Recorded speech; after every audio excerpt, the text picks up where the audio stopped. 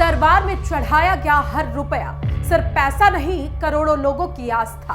चढ़ावा चोरी कांड की वो परतें जो सिर्फ घोटाले की नहीं बल्कि एक ऑर्गेनाइज्ड नेटवर्क की पटकथा। सबसे बड़ा सवाल, अगर ये सिर्फ चोरी थी तो सालों तक किसी को भनक क्यों नहीं लगी? अयोध्या, जहां करोड़ों लोगों की आस्था का केंद्र बना राम मंदिर, आज एक ऐसे विवाद के केंद्र में है जिसने पूरे देश को झकझोर कर रख दिया है। आरोप है कि श्रद्धालुओं के चढ़ावे में चोरी हुई, व्यवस्था में सेंध लगी और भरोसे के साथ खिलवाड़ किया गया।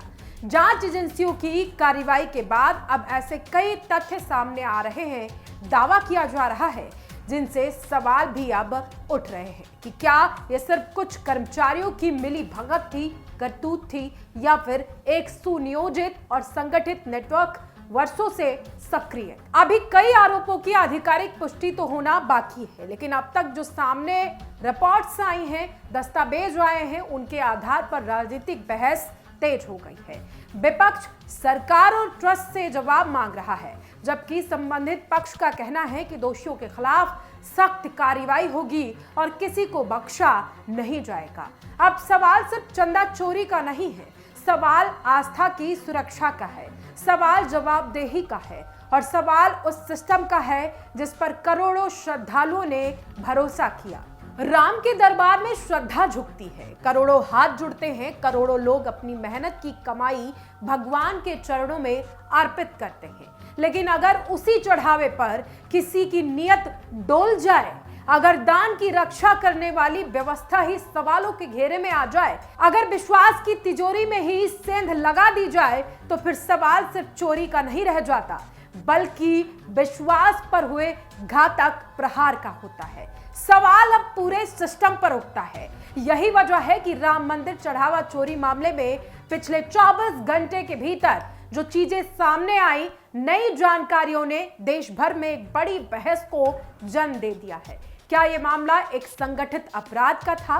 जांच में सामने आए तथ्यों के आधार पर अब सब ये सवाल उठा रहे हैं कि क्या ये सिर्फ कुछ कर्मचारियों की मिलीभगत थी या फिर इसके पीछे एक पूरा नेटवर्क काम कर रहा था। संगठित अपराध है, यानी ऐसा अपराध जिसे अकेला व्यक्ति नहीं कर सकता, बल्कि एक संगठित समूह पूरी योजना, पूरे सिस्टम और तय जिम्मेदारियों के साथ अंजाम दिया जाता है। ऐसे अपराध का मकसद होता है अवैध तरीके से आर्थिक लाभ कमाना, सबूत मिटाना और लंबे वक्त तक पकड़े बिना अपराध करते रहना।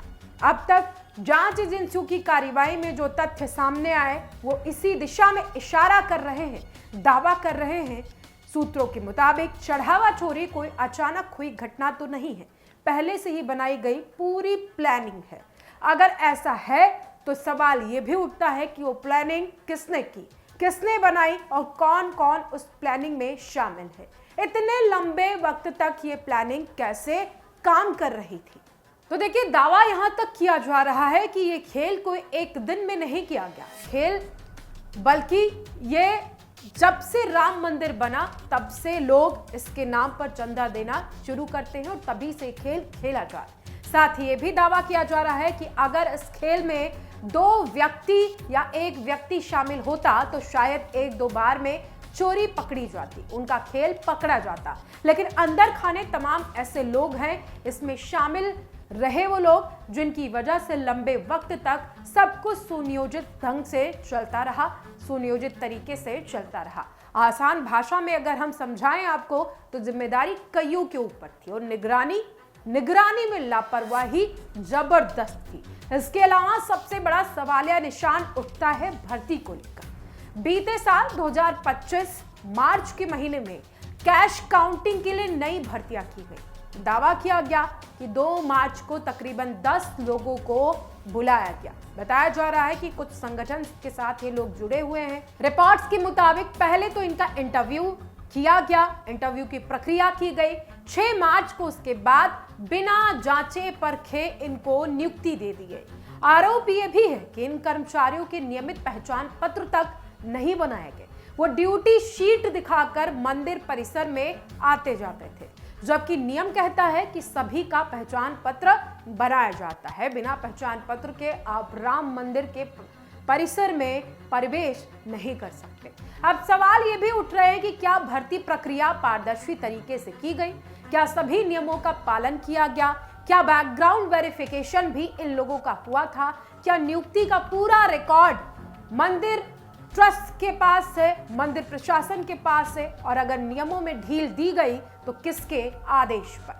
जांच एजेंसियां अब इन्हीं सवालों के जवाब तलाश रही हैं। इसी बीच एक और बड़ा दावा सामने आया, दान में मिलने वाले कैश और जेवरात की सुरक्षा व्यवस्था को लेकर। बताया जा रहा है कि दान में मिलने वाले नगद और आभूषण पहले काउंटिंग रूम में जाते थे, उसके बाद वहीं से दोनों को अलग अलग बांटा जाता था।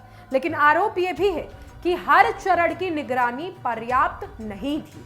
अगर पर्याप्त होती तो शायद ये चोरी कांड होता ही नहीं। दावा यह भी है कि अगर ऐसा कुछ हुआ, अगर जांच में ये सारे पत्ते खुल गए तो दावा सही साबित हो सकता है। स्पष्ट है कि सुरक्षा व्यवस्था में गंभीर खामियां पाई गई। पूरे मामले में कुछ नाम और चर्चा में आए, जैसे चंपत राय, उनके साथ तमाम और लोग। हालांकि जिन लोगों के नाम सामने आए उनके खिलाफ आरोपों की जांच जारी है। किसी भी व्यक्ति की कानूनी जिम्मेदारी अदालत तय करेगी। इसीलिए फिलहाल किसी को दोषी ठहराना इस वक्त उचित नहीं है और अभी सवाल बाकी है। उधर अगर बात की जाए राजनीतिक गलियारों की, तो इस वक्त इस पूरे मामले ने तूफान खड़ा कर दिया है। विपक्ष लगातार चंदा चोरी को लेकर सवाल उठा रहा है, सरकार और ट्रस्ट से जवाब मांग रहा है। वहीं दूसरी तरफ सत्ता पक्ष के लोगों का कहना है कि कानून अपना काम कर रहा है, दोषी कोई भी हो, कहीं भी छिपा हो, कार्रवाई जरूर होगा। लेकिन इतिहास गवाह है, आस्था जितनी बड़ी होती है, जिम्मेदारी भी उतनी ही बड़ी होती है।